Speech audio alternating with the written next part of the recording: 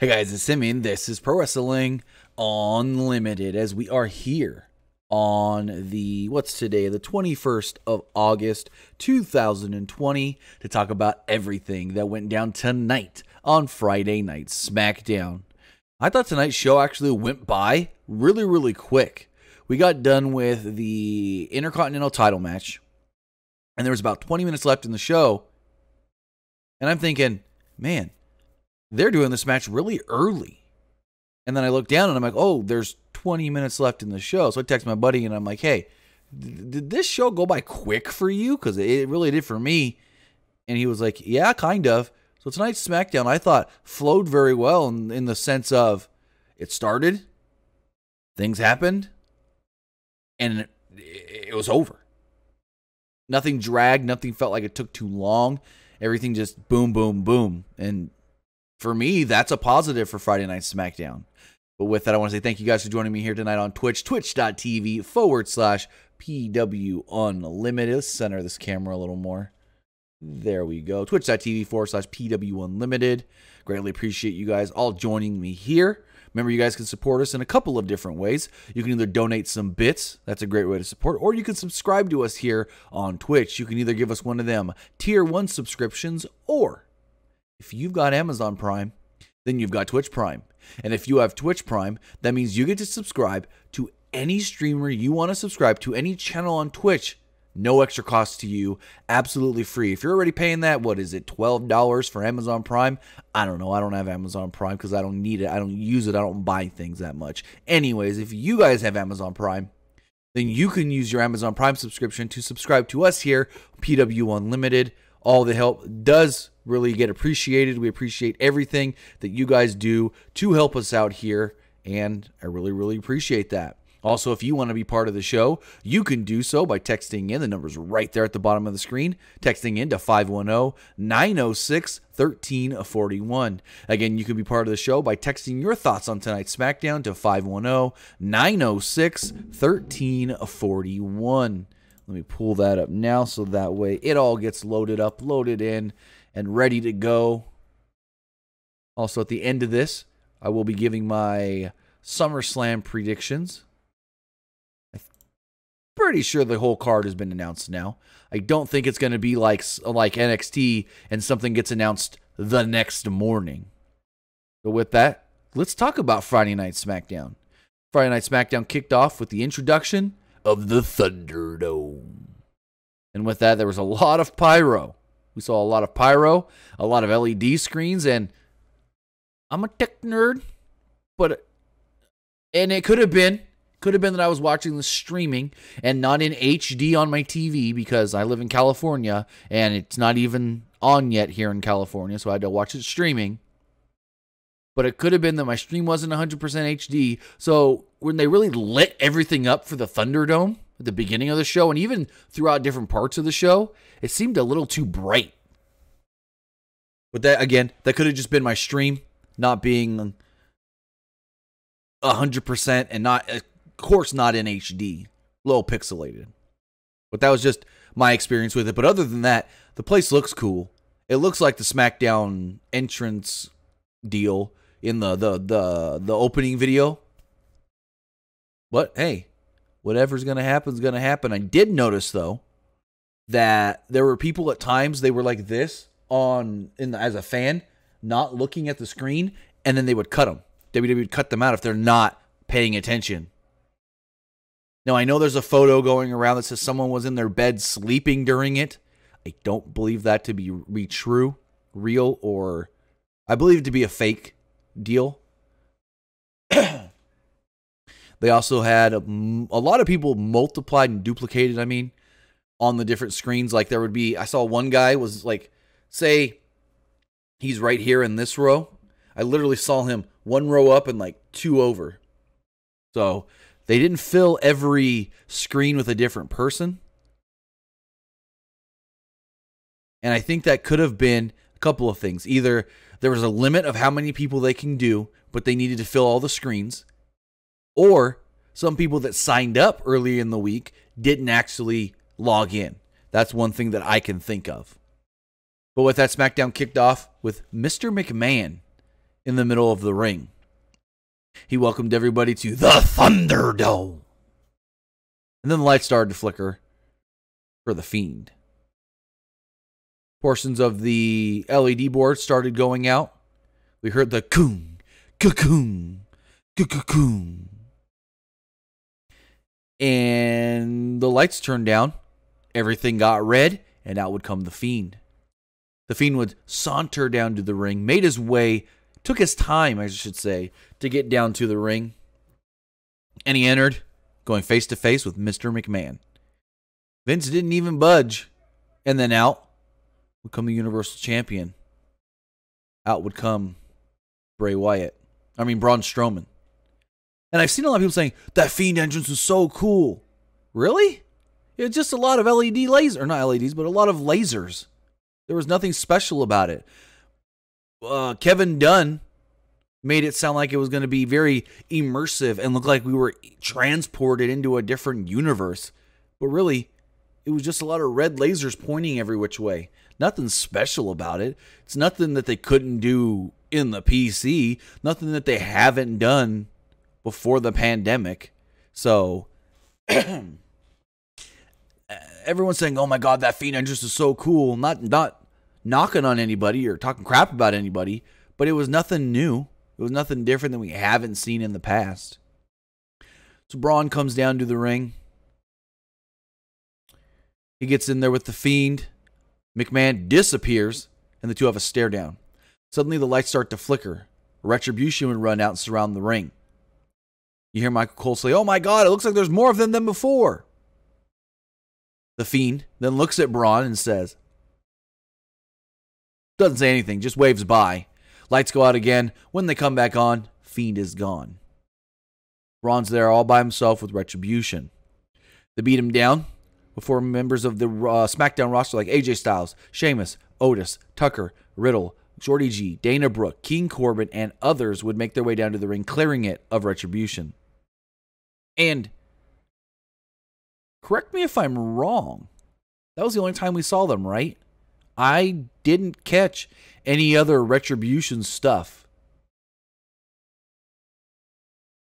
And I don't think I missed anything on the show. I mean, maybe there was a commercial and I came back and it was like a minute after the commercial came back or something, I think, that I missed. But I don't think there was Retribution stuff there. And then Miz ran down after Retribution ran away. And yes, I've seen all the people on Twitter saying, I think Miz is involved in Retribution because he comes out after the Retribution stuff. He never wants to actually fight Retribution. I don't think so. If Miz is the leader of Retribution, that'd be so lame. Strowman would then get mad that everybody came down. Took out Drew Gulak. And he even threw Jimmy Uso out of the ring. And then he left. Big E and Sheamus started jaw-jacking and going after each other. So their match happened. And they had to let us know on commentary, which was kind of dumb. You know, these two aren't supposed to fight till later on in the night, but they're going to do their match now anyways. This is not when it was scheduled for. Really? Okay. It honestly didn't make two differences. So, a lot of the roster members stuck around ringside just to make sure Retribution didn't come back again and, what's the word I'm looking for? Interfere in this match. Also, piped in crowd noise because they didn't turn on any of the noise from the fans, which kind of smart. Because if you've got fans and they've got loud noises in the background, like kids running around or a fire truck pulling up near their home or something, or an ambulance, I don't think WWE would want to hear that. So none of the noise from the actual fans played throughout the Thunderdome. And I'll get into that later, how them using the fake crowd noise really killed the segment. Where in the PC, in the past, they've done these talking segments with just no fake crowd noise. And I know. Well, they had fans in the stands, so they had to make it sound like the fans were interacting. They really didn't have to. We knew it was fake noise.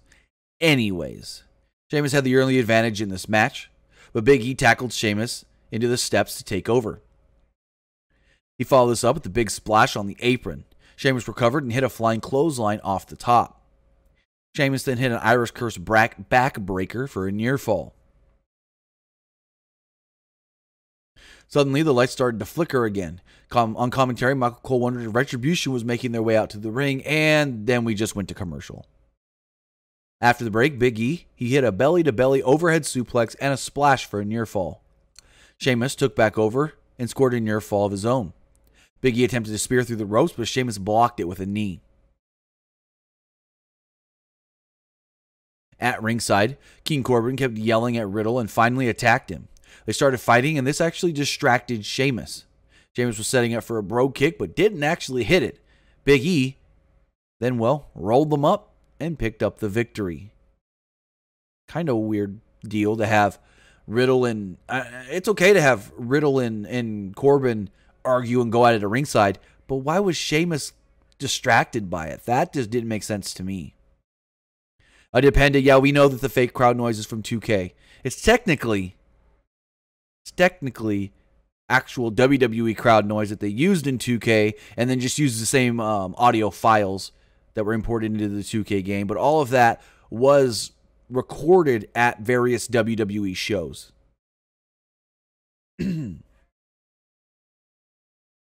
So, WWE... No. Whoa. Give me 1 second. I talked about this the other day. I use Chrome in the Google Docs deal to write out all my notes, and sometimes it just wants to automatically refresh on me. Now I got to find my spot again. There we go. So on commentary, they let us know that later on tonight, AJ Styles and Jeff Hardy will fight over the Intercontinental Championship, but something could hinder that match from happening. We then send it backstage where a doctor is checking on, or a trainer is checking on Jeff Hardy because he injured his leg or his knee.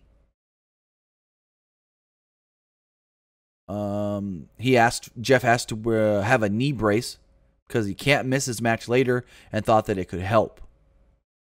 We then see Lucha House Party in the back making their way out to the ring. They were going out there for a tag team title match when they were attacked from behind by the tag team champions Shinsuke Nakamura and Cesaro. Cesaro then said, "We'll see you out there," as they made their way down to the ring. I thought this match was pretty good. Little weird stuff at the end that may actually turn out to be pretty good. The heels were in control early as Cesaro used a chin lock. Metalik briefly took over with the tilt-a-whirl head scissors.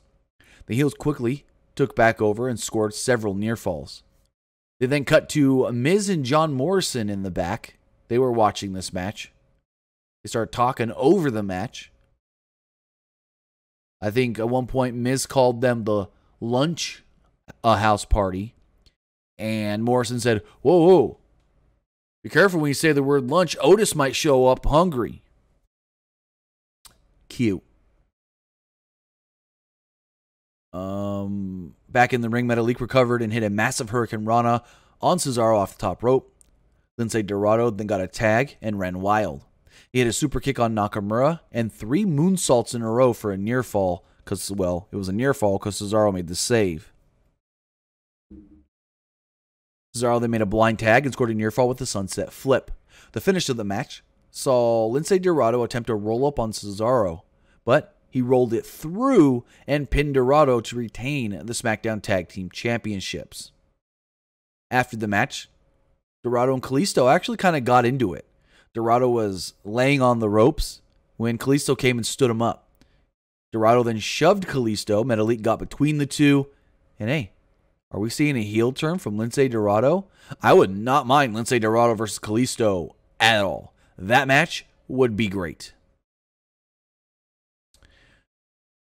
Going forward, Michael Cole and Corey Graves says, we have some footage to show you from the attack earlier with Retribution.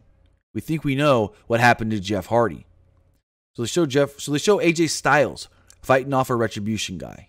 They show Jeff Hardy fighting off a Retribution guy. Then all of a sudden, AJ turns around and kicks the back of the knee of Jeff Hardy, and Jeff goes down. So in the back, Caleb Braxton interviewed Styles. He mocked Hardy and gloated that Hardy injured his knee and may not be able to compete later on tonight. Styles then ran into Bayley and Sasha Banks, and they all praised each other for being champions. Back from the break, Caleb Braxton interviewed Mandy Rose. Mandy says that she's hesitant about facing Sonya at SummerSlam doesn't want to do the match and just wants to put this all behind her. She wants to go back to the better times when they were friends, the best of friends. Basically says that she hopes Sonya hears her out. So we go in the ring, and Corey Graves is interviewing Sasha and Bayley. And this was bad, and not just because of the fake crowd noise. Sasha and Bayley felt a little off, and Corey, you can tell, he just read his lines right before he jumped in the ring. Because first off, he couldn't even say 2 belts Banks. He was like, 2 Banks belts? I mean, 2 belts Banks? And then he's just robotic. Sasha was like hitting her cues when she was supposed to laugh.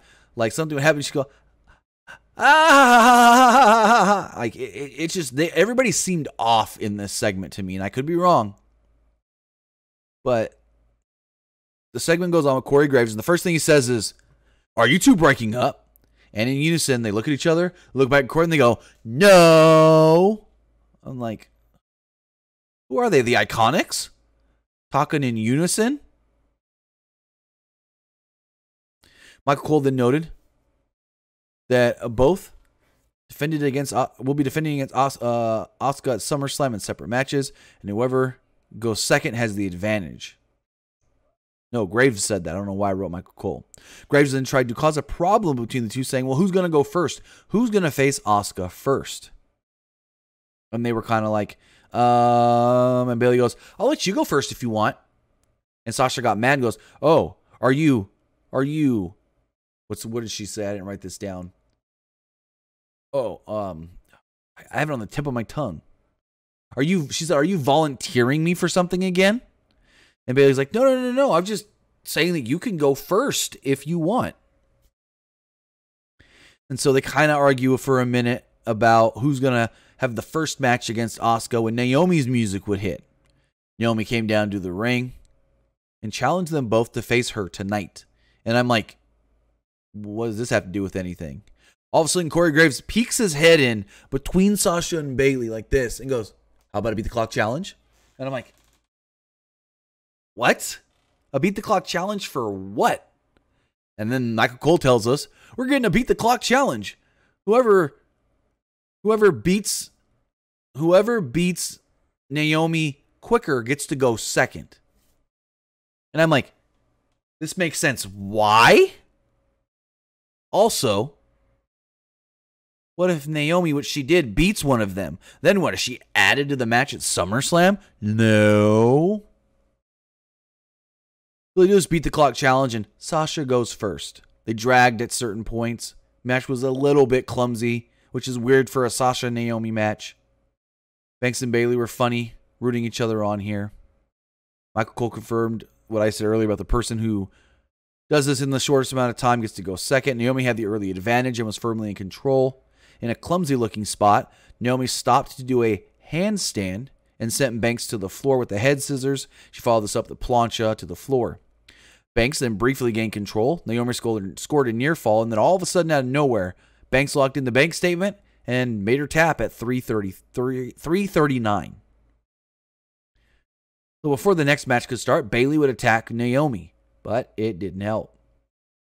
So Naomi is being talked to by the referee. They're like, Naomi, can you go? Are you good? And she's like, yeah, I'm good. And like a minute and a half, almost 2 minutes in, Bayley just gets beat.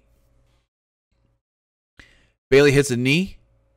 Naomi just drops her with her butt, the rear end move. I think that's what's called, the rear end or rear view, and pins her. Bayley gets beat. So this goes along with the prediction I've been saying.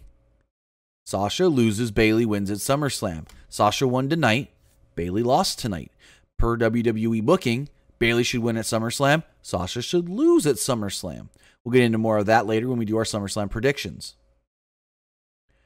Well, Asuka would then come out, and Asuka would cut a promo saying that nobody's ready for Asuka, and that when she wins both titles of SummerSlam, she would like to be called the Empress of every title.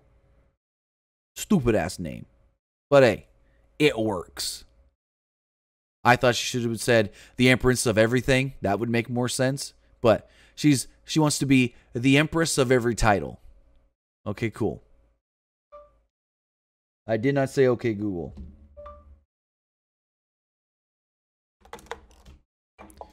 So going forward,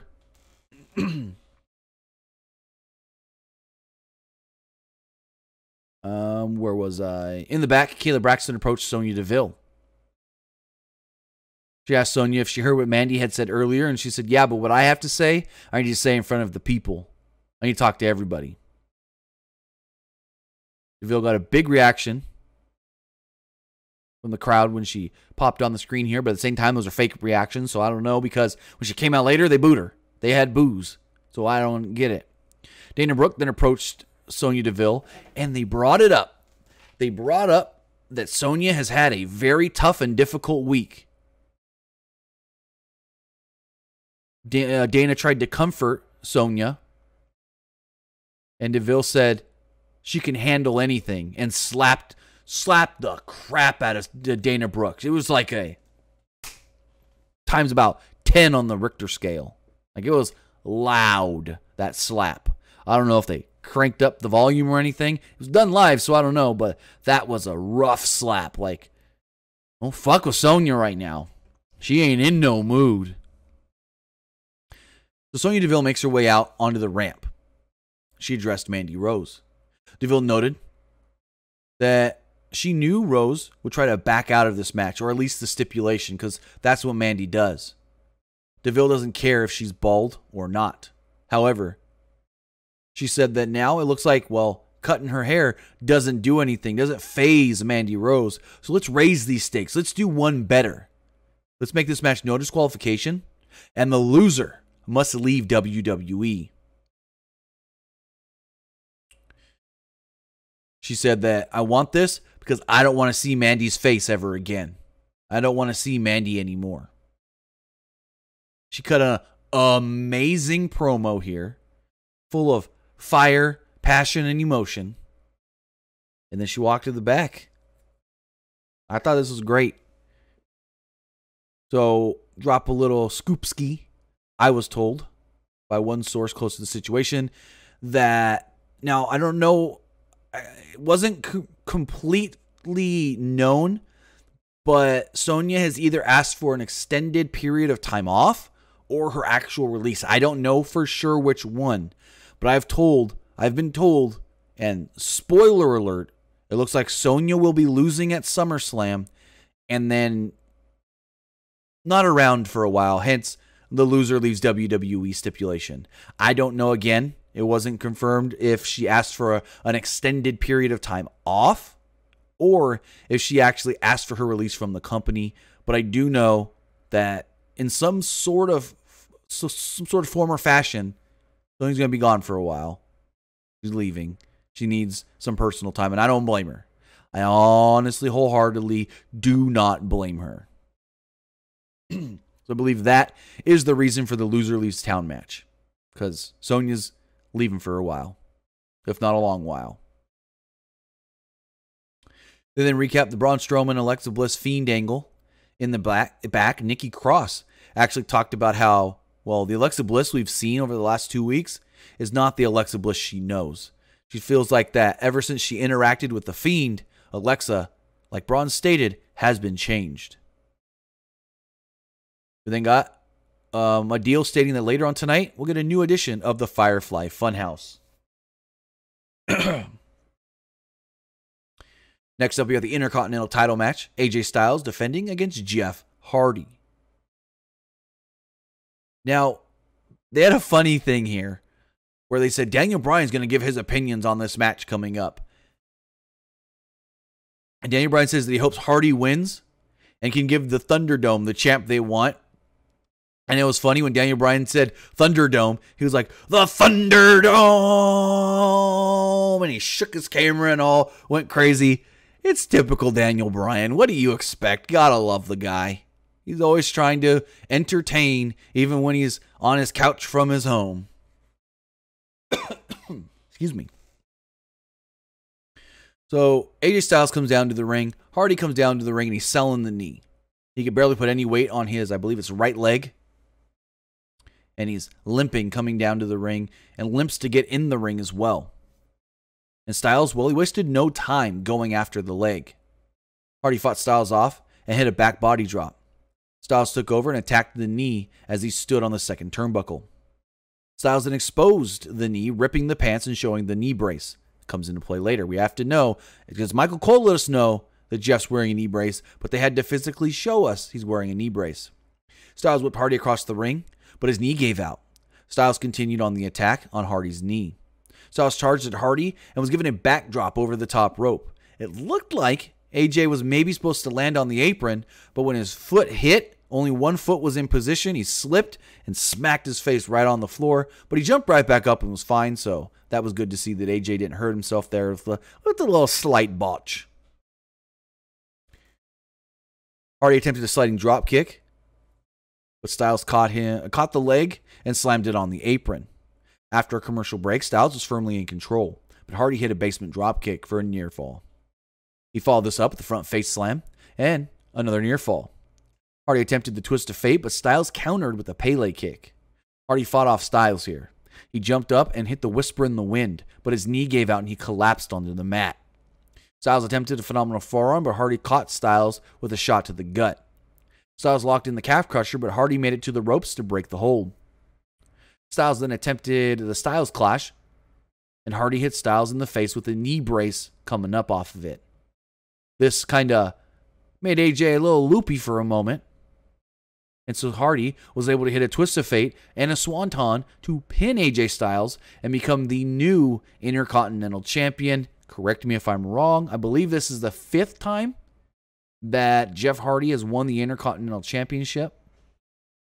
After the match, Caleb Braxton came down to interview Hardy in the ring.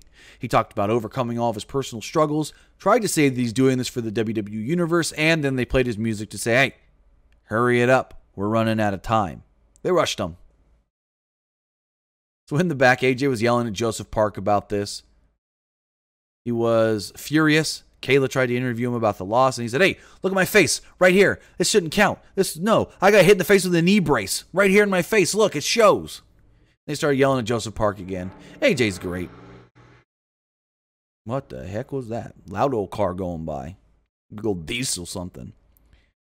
So, we got, like I said, at this point, there was like 20 minutes left in the show, and the show had been going by really quick for me, and I was enjoying it. We then get to Firefly Funhouse. Bray hosted the episode, of course. He told the audience that he loves them. He said, love is a tricky thing, though. Too much love can turn a beautiful field of flowers into a wasteland. Wyatt put on his gloves and spoke with someone in his hands. Ramblin' Rabbit and the Pig then parodied Alexa Bliss and Braun Strowman from last week. Wyatt was furious when they went off script. Well, I don't know if that's a subtle thing that maybe Alexa and Braun had gone off script in their thing, and now they kind of played it up here. I don't know. But Wyatt noted that he can't wait to get his hands on Strowman. Suddenly, Wyatt stopped talking and looked to the side. All of a sudden, he looked at the camera and said, what took you so long? Strowman would run in and beat down Bray Wyatt. Strowman said, come with me, and he dragged him out as we went to commercial. As we came back from commercial, Corey Graves and Michael Cole said, we're trying to get some cameras positioned backstage because there's a brawl going on between Braun Strowman and Bray Wyatt. Graves pointed out that Strowman somehow entered the Firefly Funhouse, which Graves says is an alternate universe. He also said they couldn't find the entrance, but Strowman knows where the door is located. In the back, the two are fighting near a ledge on the loading dock. They had a bunch of referees and officials like Jamie Noble and Adam Pearce run up and say, Bray, don't do it, don't do it. Braun goozled Bray. Had him set it for a choke slam off the ledge. They're yelling at him, don't do it, don't do it. Braun then looks at everybody, looks at the camera, smiles, and choke slams Bray off of the ledge. 5, 6, 7 feet down. No. Actually, probably taller than that. Maybe it's got to be at least 10 feet. Maybe 8, but it's got to be at least 8, I would say. Braun then ran off, said, get out of my way, as everyone ran down to check on Bray. Then, they stalled for time, or I don't know exactly what happened, but they're yelling for an ambulance and an EMT, and the ambulance backs in. EMT gets out of the front of the ambulance and goes to go grab the stretcher out, and the stretcher gets stuck. And he's pulling on the stretcher, and Adam Pearce is yelling at him, "Hurry it up, guy. Come on, let's go. He's hurt. Did you not see how far he fell? He needs help." So finally they get the stretcher unhooked. Because when you put a stretcher into an ambulance, it goes onto this like rail system so it doesn't move. And he got stuck on the rail system. So finally they lift him up. They slide him onto this deal. They go to put him into the back of the ambulance. They have a little struggle with it. Finally they get him in there. The door won't close. They close the door. They drive out. Well, almost. They get to where the door is supposed to be. The door's there, but it's closed. And Adam Pearce is furious, yelling, "Go! Someone open that door. He needs attention, medical attention. Get him out of here. Go, go, go, go, go." And then the ambulance starts backing up. And Jamie Noble and Adam Pearce are yelling, "That way! That way's the exit! That way!" And you can see as they're backing up, it starts getting smoky and foggy inside the back of the ambulance. All of a sudden, the ambulance stops. In the back of the ambulance, the light inside turns red. Everybody backs up and goes, "What's that? What is that? Oh my God, what is that?" Camera would pan around, and there was the Fiend standing there. Camera gets right in the Fiend's face. He laughs, and Smackdown goes off the air. That was Friday Night Smackdown. I enjoyed the show, to be honest. If I had to rate it, I'd probably go 7.5. Also, one thing I forgot to mention. So earlier today, they announced the return of Talking Smack with hosts Kayla Braxton and Xavier Woods. Yet, for some odd reason, they said during Smackdown that Talking Smack will be hosted by Kayla Braxton and The Miz. I don't know. I assume Woods is not in Orlando because he lives in Georgia. Then he probably didn't fly in. But why announce him to be the host if he's not even going to be there? I get it. He's probably going to be like the long-term host going forward.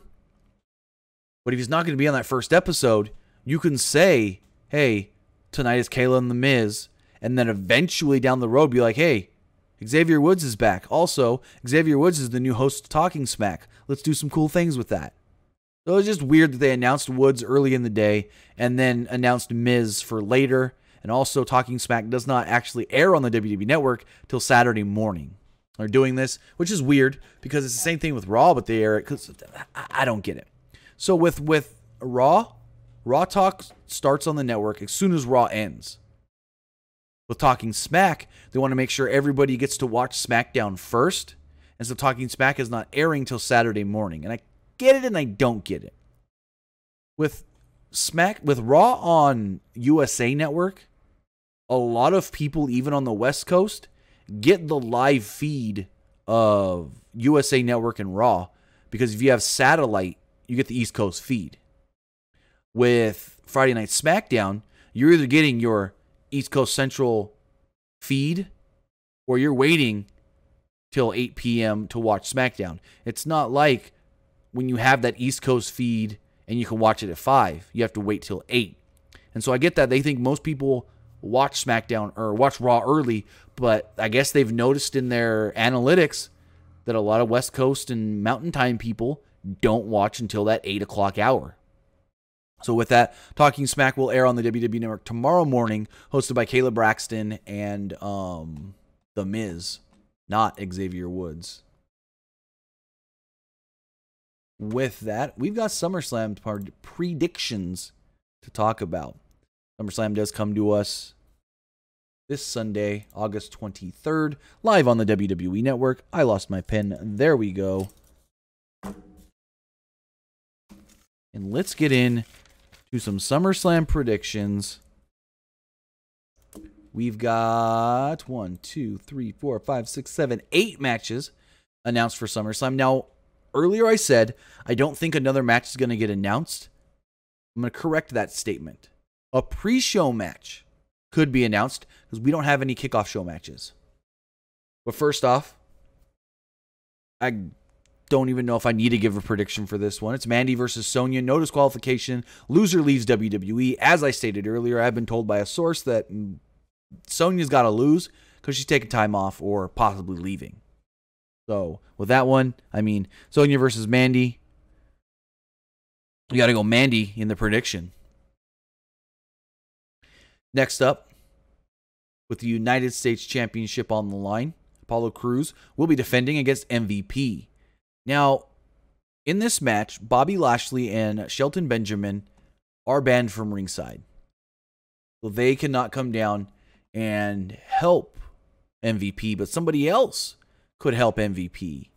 Somebody, maybe Cedric Alexander. And I could see that really happening. Cedric comes out, helps MVP. MVP wins the title. But I'm going to be a little selfish in my prediction, and I'm probably going to be wrong. I'm going to go Apollo, though. I'm going to go Apollo Crews. Next up, with the Raw Tag Team Championships on the line, we do have the Street Profits defending against Andrade and Angel Garza. And, well, Street Profits going to retain, in my opinion. And I think they're going to retain because it's going to be Montez getting revenge for being poisoned. I know I was a big advocate of Zelina didn't do it. There's no proof Zelina did it. And then last Monday there was proof that, well, Zelina did it. So I think Street Profits win. Montez gets that revenge, that retribution. No pun there. And then they're still the tag champs.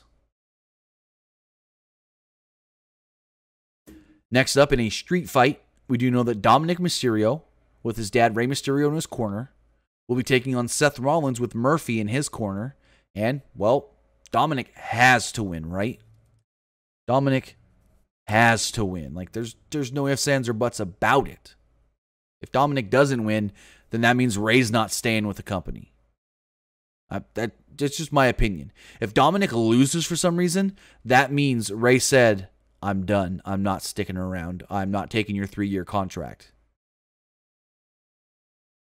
Next up, with the SmackDown Women's Championship on the line, Bayley will be defending against Asuka.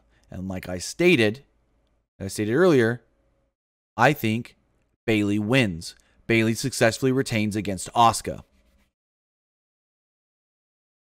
Next up, with the Raw Women's Championship on the line, we do have Sasha Banks defending against Asuka, and I think, well, Sasha loses. Asuka is victorious in this one.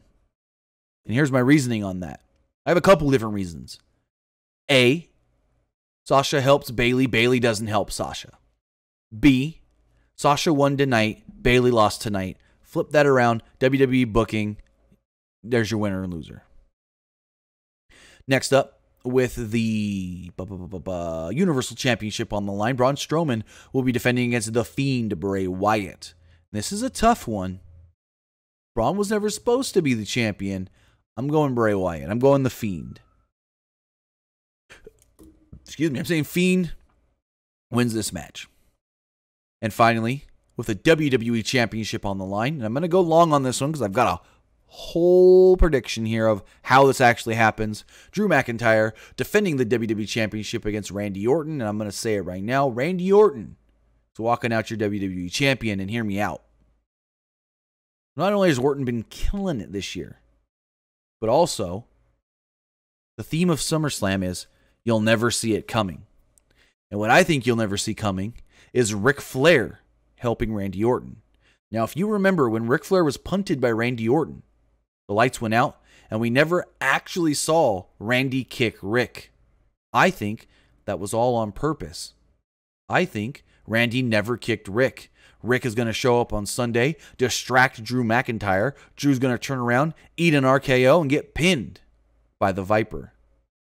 I think Orton is winning that title, and that is the you'll never see it coming. Ric Flair helping Randy. So with that, those are my predictions for Sunday's SummerSlam pay-per-view. We will have full coverage of SummerSlam right here on the PWUnlimited Twitch channel, twitch.tv/PWUnlimited, and all the late-breaking news leading up to SummerSlam over on youtube.com/Pro Wrestling Unlimited. With that, guys, remember, if you want to be part of tonight's show, you can do so by texting in to 510-906 1341. Again, that number is 510-906-1341. We do have a couple of text messages here. This person says, why did they not show Bray hitting the ground when Braun slammed him? Is that, not to be rude, was that a real question? Because he landed on a crash pad. Because he didn't really land on the concrete. He landed on a crash pad. They're not going to actually have him fall 8 to 10 feet, if not higher, onto actual concrete. That would paralyze him. That's like when Big Show chokeslammed Kurt Angle 20 feet off of a scaffolding to the concrete below. We didn't see Kurt hit the ground. Just saying. Not to be rude, but was that a real question? Next, this person says, where do you see Sonya or Mandy going if they lie at SummerSlam? Well, I already talked about that. From what I've been told by one source is that Sonya's either leaving the company or just taking an extended period of time off. So she has to lose. Hence the loser leaves WWE stipulation. The person says, is Strowman a heel or a face? Is Strowman a heel and Fiend a face? Yes, yes, no, no. There is no heel and face in the storyline, I don't think. I think we're supposed to believe that maybe Braun is technically the baby face. The heel is Fiend, but Braun is doing heelish things because he's not the Braun Strowman we know. He has been changed in the swamp. It's WWE's version of the Lake of Reincarnation. You get changed when you jump in that swamp. So I think in the end, Braun is going to be the babyface, but right now, he's doing heelish things because maybe he can't control his actions and his body. I'm just saying. Trying to think like they're thinking. Final text message here does state, unfortunate that Sonya Deville has to leave WWE. I hope if she does leave, she's not gone long and can return once everything does clear up and she is in a better place. I agree with that. I really do agree with that. I only wish for the best for Sonya Deville and hope that everything gets better. I know it's hard with everything that we've heard so far in all this that's happened in less than a week. So I do hope that she does come back eventually. I hope it's just a hiatus and not an actual I quit, I'm leaving, I'm done. But with that, guys, that's going to do it for tonight's edition of a Friday Night Smackdown Review. Remember, you can follow us right here at twitch.tv/PWUnlimited. We will be live tomorrow night. I'm 99% sure Nick will be with me for the NXT TakeOver 30 review. Then, tentatively, we may be doing the AEW Dynamite review Sunday morning. Not sure if it's going to be live or not. And then Sunday night, I will be doing the SummerSlam review right here, twitch.tv/PWUnlimited. And if you miss any of it on Twitch, don't worry about it, because they all go up video on demand on YouTube as quick as I can get them up there once we finish going live. So with that, guys, have a nice night, and I'll see you tomorrow.